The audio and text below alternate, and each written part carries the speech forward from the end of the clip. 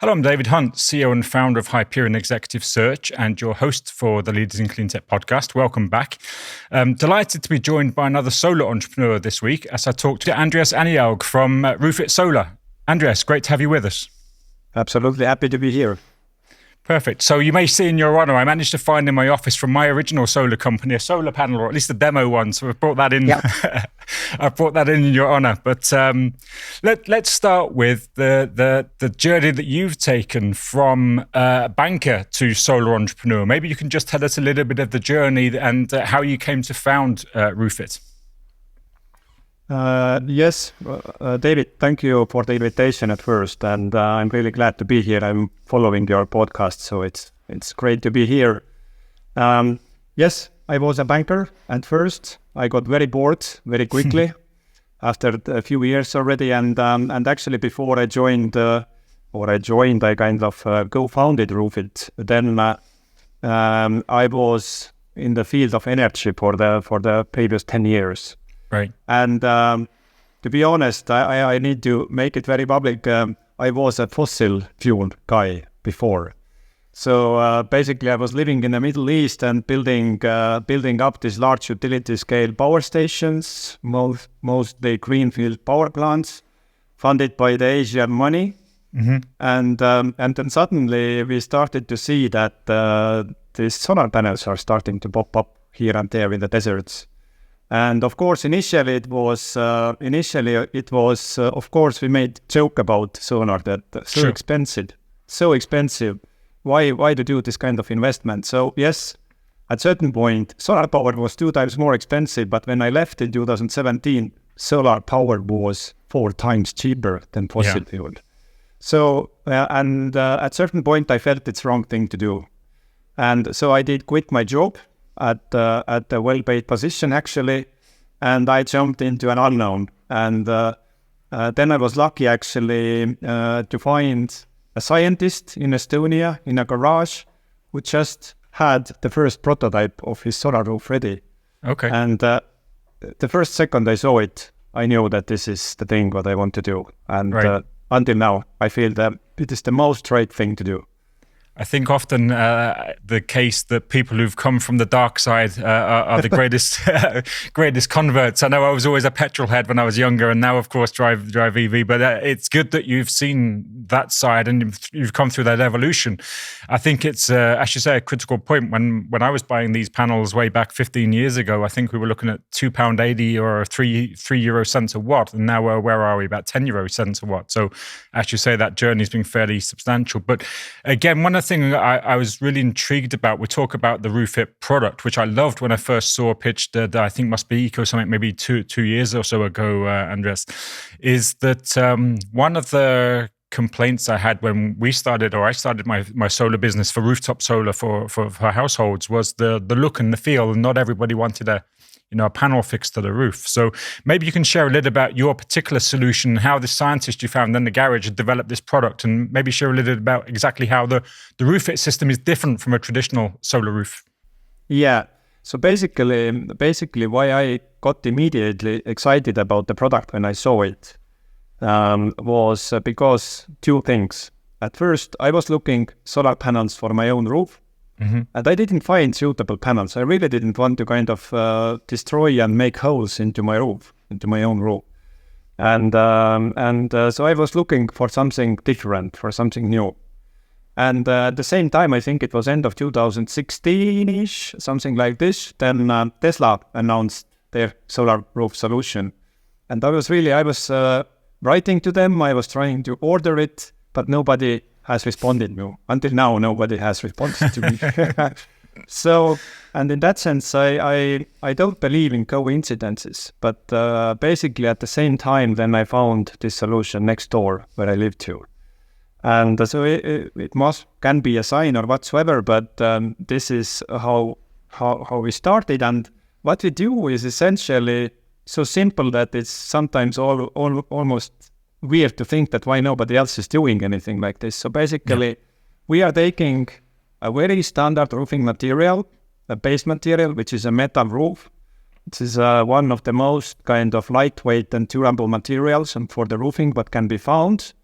And we have then kind of hidden the PV elements on top of that. And exactly this combination of a steel, solar cells, and tempered glass is the combination of our product. And this is the product what we are producing here at our Estonian factory. Yeah, it certainly looks beautiful. And I guess the question in terms of efficiency compared to a standard module, in terms of how much roof space you might need for the power output, is it comparable?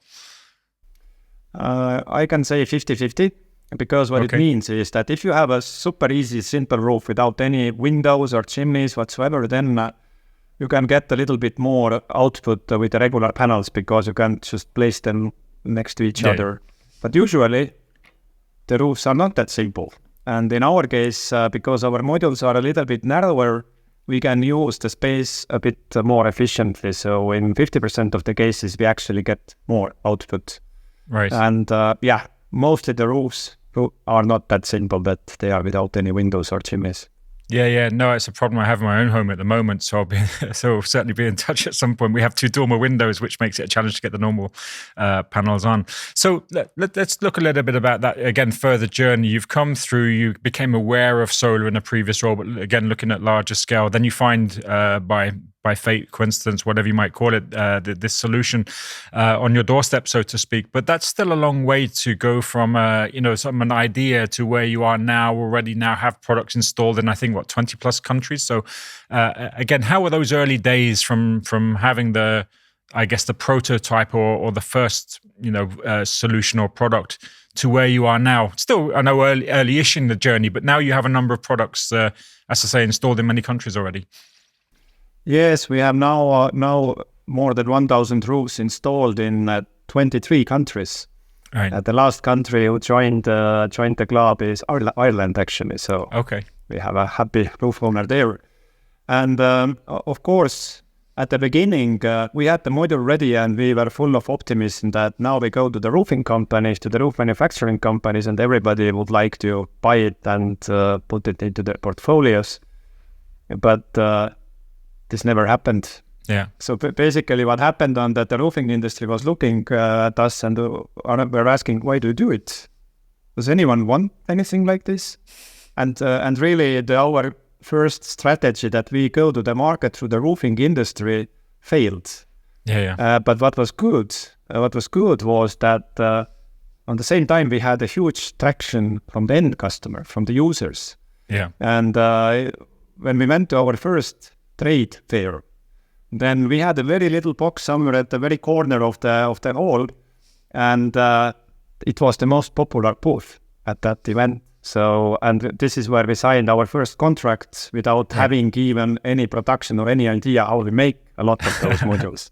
So, but we started, and beginning was difficult. But now, maybe you have heard as well that solar will be made mandatory within European Union. So the new energy performance of building directive is basically approved by the parliament last week. Yeah. And the EU solar standard has been approved as well. So now, which was a very niche, I think it will be quite a conventional product quite soon. Yeah, no, they're great to see that eventually happening. I was badgering on for this kind of legislation, as I say, 10, 15 years ago, and but it's great that it's here now. You make an interesting point, because again, way back then, people like Solar Century had, I think it was a C21E tile.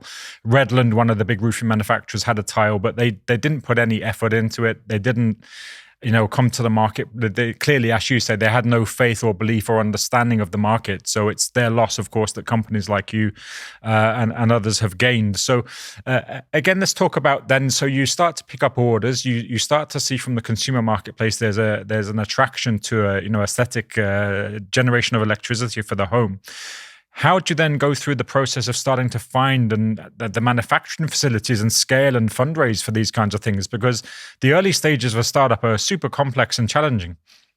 Yeah, it was difficult at the beginning. And when I left my previous company, then it was quite strange to start at a new startup where we didn't even have money for the business cards. We just didn't have this sort of money available.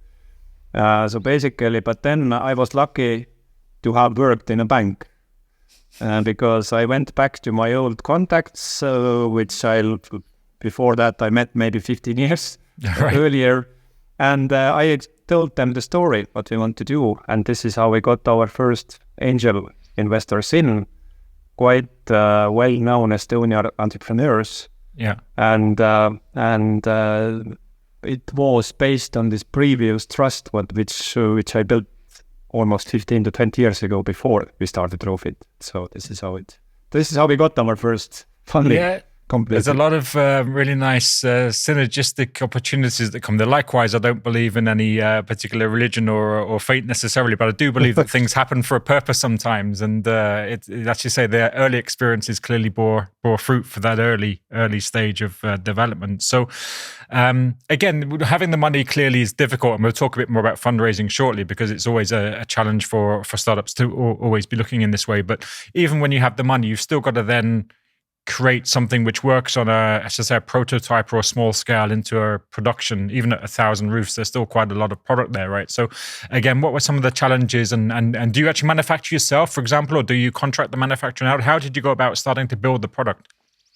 So basically, at the moment, we manufacture ourselves. We have 1,200 square meter production facility here behind this wall where I'm sitting. And we have really built it up piece by piece. So we knew the core equipment, what we needed at first, so we invested into this core equipment.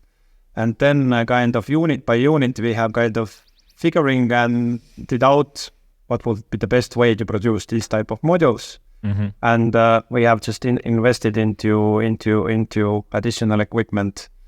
And now we have quite a nice automized factory here in Estonia, but still the production volume is quite small. And obviously the question is always in the air, how to make this production more efficient and more cost efficient.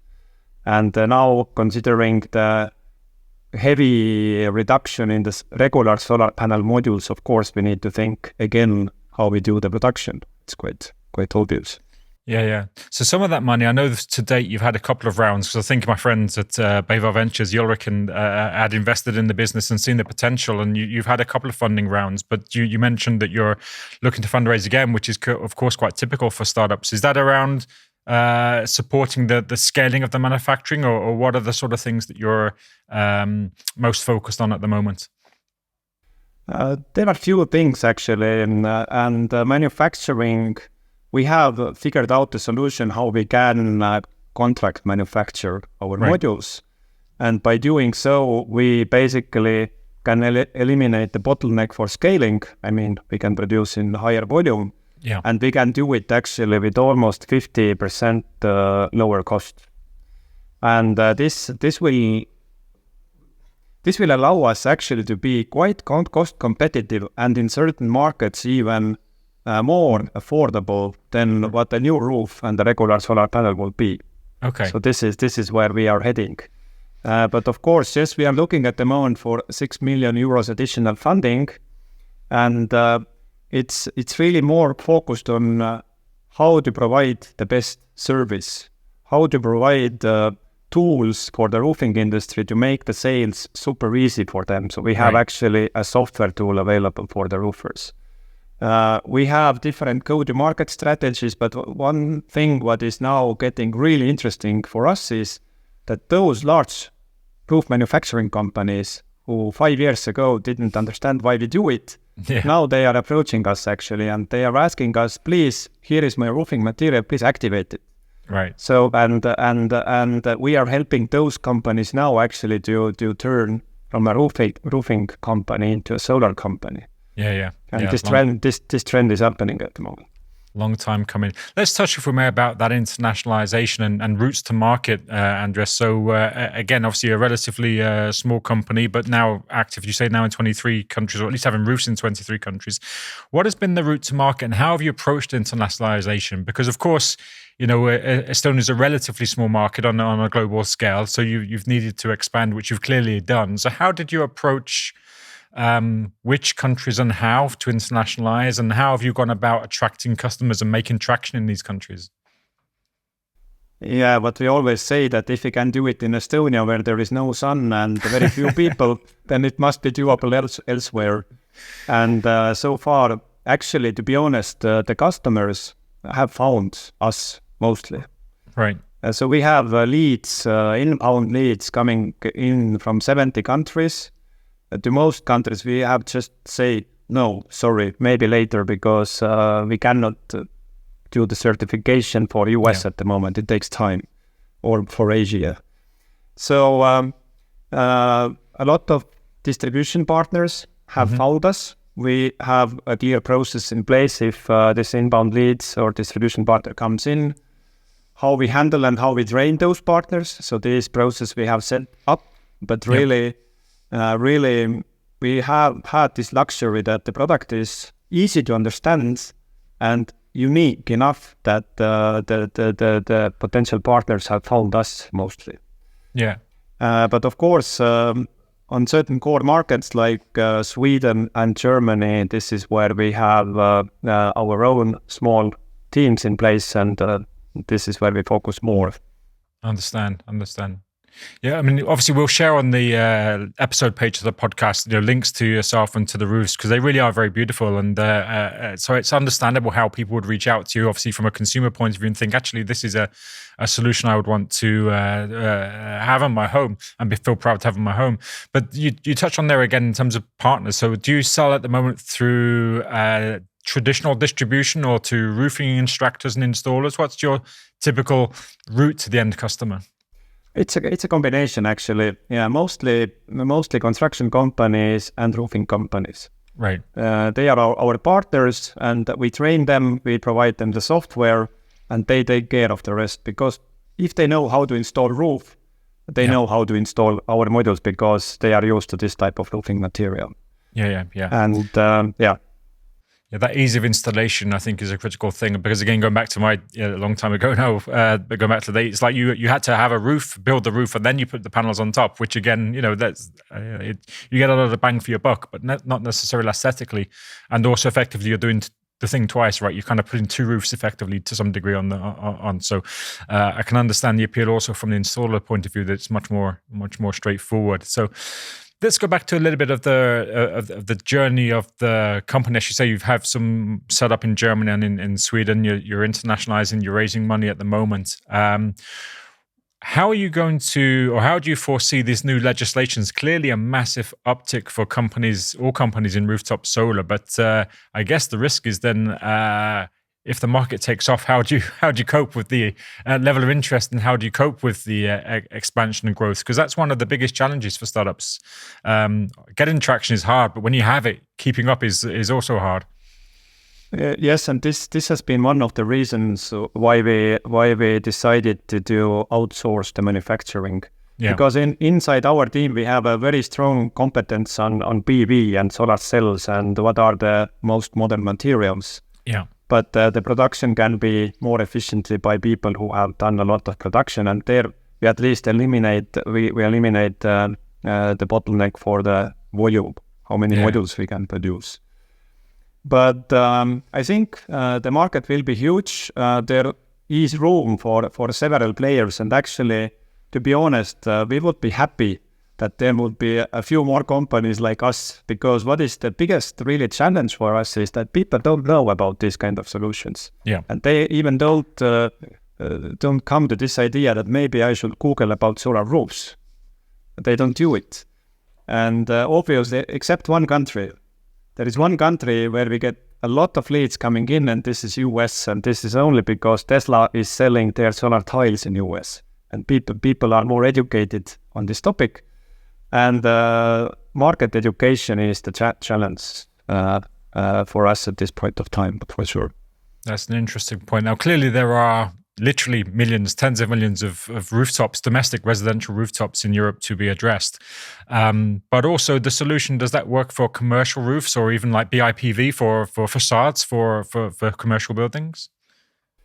The answer is yes. We have done facades. We have the largest facade I think we have in Austria at the moment. Mm-hmm. And somehow from German-speaking countries, we feel that the interest towards facades is somehow the biggest. Yeah. But yes, Europe has around 110 million residential buildings. So the market is definitely there. And what is actually super interesting niche where there is no good solution at the moment are historical buildings which are under some sort of protection. Yeah. And we can see it from Estonia that our national library or university buildings, they just couldn't install regular panels. It's not allowed. And now also in Germany, we see more and more this type of projects popping up. And it's a very conventional, traditional roofing material what we have, and this is acceptable for these type of buildings. Right. Jumping on a bit of a curveball or an aside there, Andres, we work, my company, Hyperion, we work across Europe, and we have some great clients in Estonia and Lithuania. So interesting to hear from obviously relatively small countries, just how much their innovation and startup ecosystems are really, really strong. Do you have any insight or any thoughts or opinions as to why that might be? That is actually very simple, and being part of the Estonian Founders Association, I can say really that the startup ecosystem works perfectly here. And it all started with a few people who built Skype and sold it, I think it's more than 10 years ago. Right. And those people started to invest into kind of small startup ideas and companies again. And suddenly we have from small Estonia, I think now 11 or 12 unicorns. Yeah, and they keep reinvesting these funds what they have earned, and there is a lot of this patriotism there actually to support the Estonian founders and the Estonian companies and the system in place for that. So it's a great place to actually to build a startup. Yeah. No, we were involved. Or I knew Tavi from Skeleton very early in the journey, who's a great example. I'm not sure they're a unicorn yet. If they're not, they probably will be soon enough. But that's great to see. One of the other things actually that's interesting, and again, we have a German company, by the way, and I love being in Germany, and we do a lot of business in Germany. But from a digital perspective, Estonia is one of the leading lights, and Germany is pretty slow on the digitalization of much of industry. How have you found addressing the market or moving into Germany? Clearly, you've been successful, but is there anything, given that you've got this sort of software route to a market or to assistance in your business chain, you found that any more challenging outside of Estonia, which is so far forward thinking in that way? Okay, I think I need to give you an example. Sure. I would open a company in Estonia in my mobile phone in 2 minutes. Yeah. Through these digital channels, and I have immediately everything available, including the VAT number. In Germany, we established the company. It took almost half a year to get the VAT number approved for us.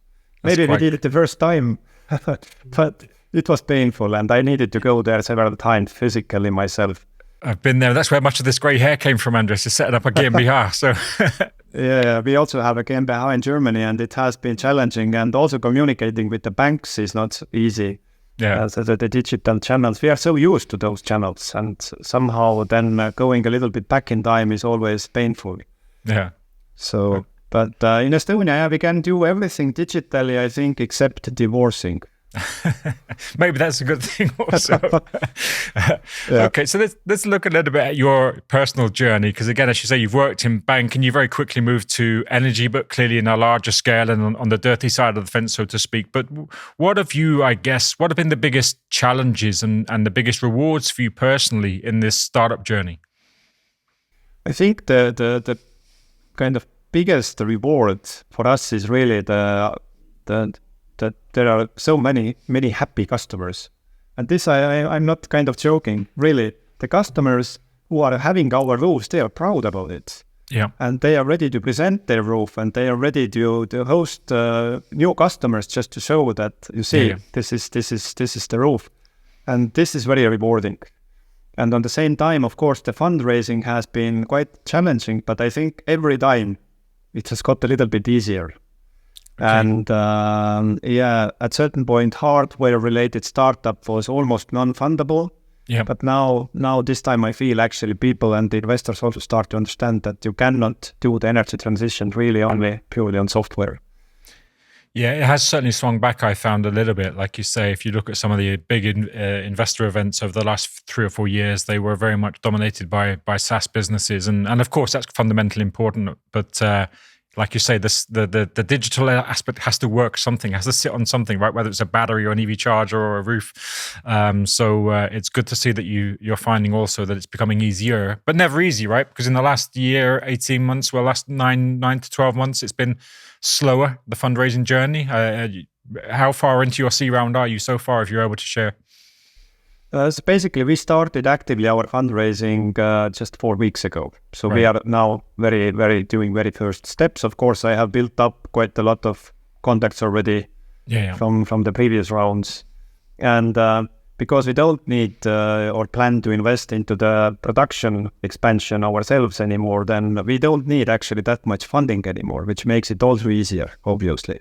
Yeah. And at the same time, yes, we are a hardware-based company, but we are also more and more into software, because we need to make it easy for the roofers to sell and install this type of roofs. And the feedback from the customer has also been that they would like to, next to the roof, they would like to have the battery, they would like to have the EV charger, and they would like to have it smart. Yeah. So that means that we are actually now offering also a gateway for the customers to max the production and consumption of the battery. And that's another key driver, isn't it? Again, those prosumers, even again back in the day when things were far less advanced than now, people would still like to have at least a monitor to see what they were generating at any given time, and it would affect the way that they use their energy, whether they put like the washing machine on when there's sunny time, this kind of stuff. Clearly now we're much more able to time these things, but I think that's an important way forward, that people can integrate your solution into whole home kind of energy plan, so to speak. Yeah, absolutely. And it's interesting because I'm coming from the energy sector myself. Then my thinking has always been that all these individual rooftops, they need to be in a bigger network one day. Yeah.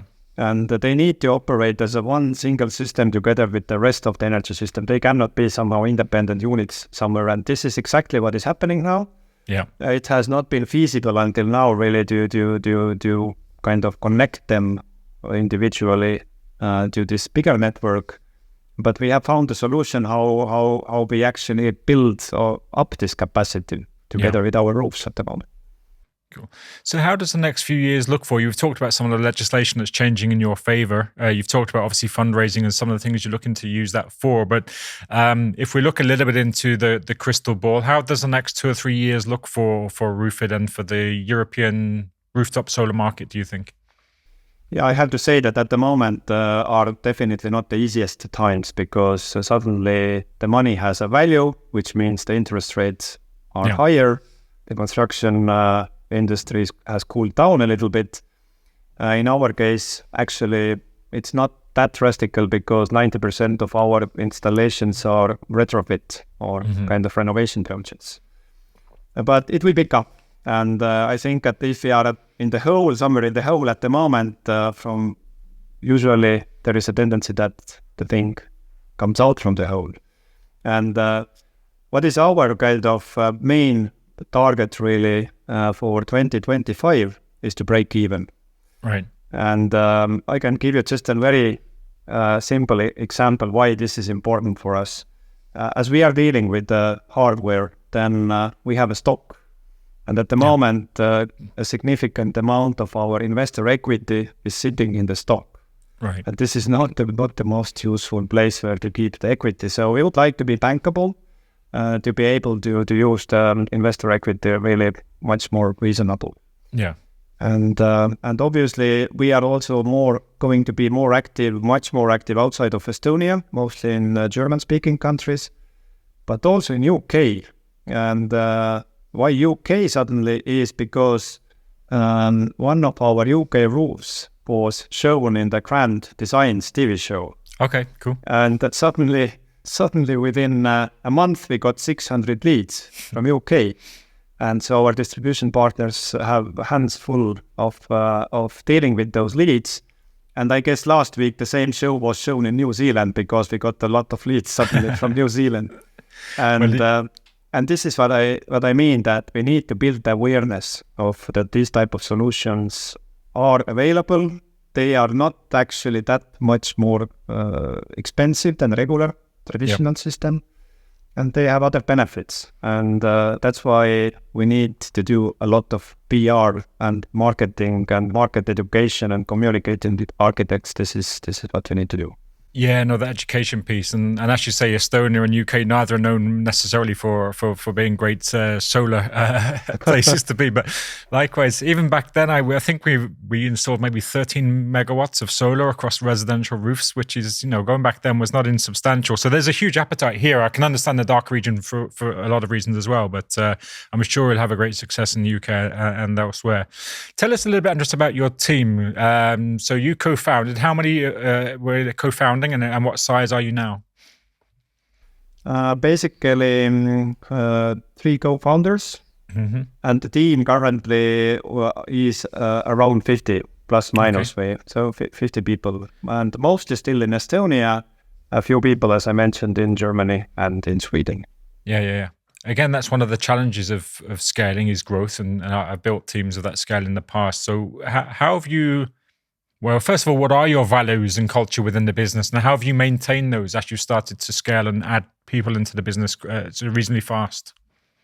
Yeah, it is actually not easy at all. It's a very complex question you ask now, because we are very much a value-driven company. The team members who join, they very often actually accept lower salaries than what they previously received, because they think it's an interesting thing what we are doing, and they believe that this will be big, and that's why we have also this nice purpose statement what we use for a cooler planet, because we do very cool roofs, they look nice, and it helps the planet as well at the same time, and this speaks to people.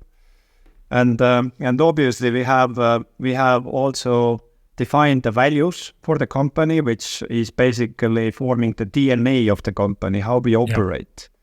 But at the same time, I need to tell as well that last year, same time, our team was bigger. So we have actually reduced our team exactly to be ready for the market cooling down, funding market cooling down. So we just needed to prepare for it. And going through these times, the values help, but of course it's still tough. But we have values, we have the purpose, and we have a really cool team. Yeah. Critical, because as you said, in scale up, whether you're and startup, whether you're shrinking or growing the team, and usually there's a combination of both of those things. Having really strong mission within the team and a really strong purpose really helps, but also communicating that. So again, I don't know how you found it. When you're 10 people, it's quite easy to communicate your values and your mission. When there are 50, it becomes a little bit more challenging, and then obviously 100, 200 as you go on, it becomes more challenging. How do you make sure that you stay, I guess, close to the team, and to make sure those values are always reminded and relived every day? At first, all these values we prepared together as a team. So it's not coming from my head. We really sat together with the team. We spoke what is important for us, and we defined those values about 1.5 years ago from now. Yeah. And at this point of time, I feel that actually the value space also needs a little bit of refresh as well. So we need to revise those from time to time, because the team has changed as well, partly meanwhile. But it is a cornerstone for the company. And we are trying to implement a flat organization structure, not a very hierarchical one. And this is where the values and clear goals actually help. Yeah.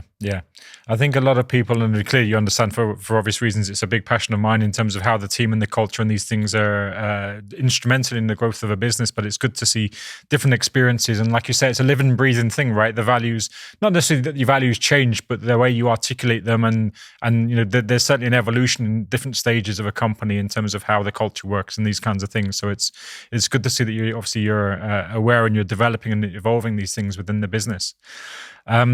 I guess we'll see you in Berlin for Eco Summit. What does the rest of the year look like for you in terms of either events or milestones for the business do you see? Okay, I can just tell you next 2 weeks. Next week in Sweden, there is the Nordic Cleantech Open. We are finalists there. Then a week after, we are in Bilbao. There is this Energy Tech Summit. then quite soon after that, there is Eco Summit, so there is a lot of events and traveling around. A lot and going sometimes, but I like actually to go to these events because when I manage to get people excited, I'm coming back with more energy from these events always, and with some new thoughts. But of course, we have this. I'm using this nice joke what I have heard once, that when people are asking about fundraising and how does it feel, then the joke goes like this, that a boy is in the college and writing back to his father back home a short message that no one, no fun, your son. And there is a quick answer from his father, so sad, too bad, your dad. And this is exactly what I feel as well, that actually we have a lot of ideas what we would like to really push through the market, but we are limited in the fundraising and we cannot somehow jump over it. Yeah. And when I'm looking back now, then actually the pity I have is that we have probably lost 1 or 2 years just for this being slow because we didn't have enough funding available. Yeah. No, it's an ongoing challenge, and I'm looking forward to some sunshine in Bilbao and maybe have a coffee or a beer there. But these events are critical, like you say, for the investment community, and it's good that obviously you'll be there and at the EQ Summit also. But it does remind people that the challenges of scale up are many, and clearly having enough money and the right people, for my mind, are the two most critical ones. Having a cool product sort of helps as well. So clearly, thanks for joining us, Andres, and sharing your story to date. We're looking forward to seeing more in the future. On the episode page, we'll share links so people can see the product and obviously get in touch if they wish to find out some more. But it's cool to speak to another solar entrepreneur. So thanks for taking the time out and for joining us on the podcast. Thank you, David, for the invitation once again. And if you need a roof, you know where to ask from. Yeah. And just a little final remark from my side. We have 21 investors in our cap table, and 10 of them have our roofs. So there is some enthusiasm there. I certainly would like one of those roofs for sure. But yeah, thanks for joining us, and we will catch up hopefully in Bilbao or Berlin soon enough. And great to hear the story. And like I say, we'll share that into the community, and love to see you progress and grow as a company. Thank you very much, David. See you in Bilbao.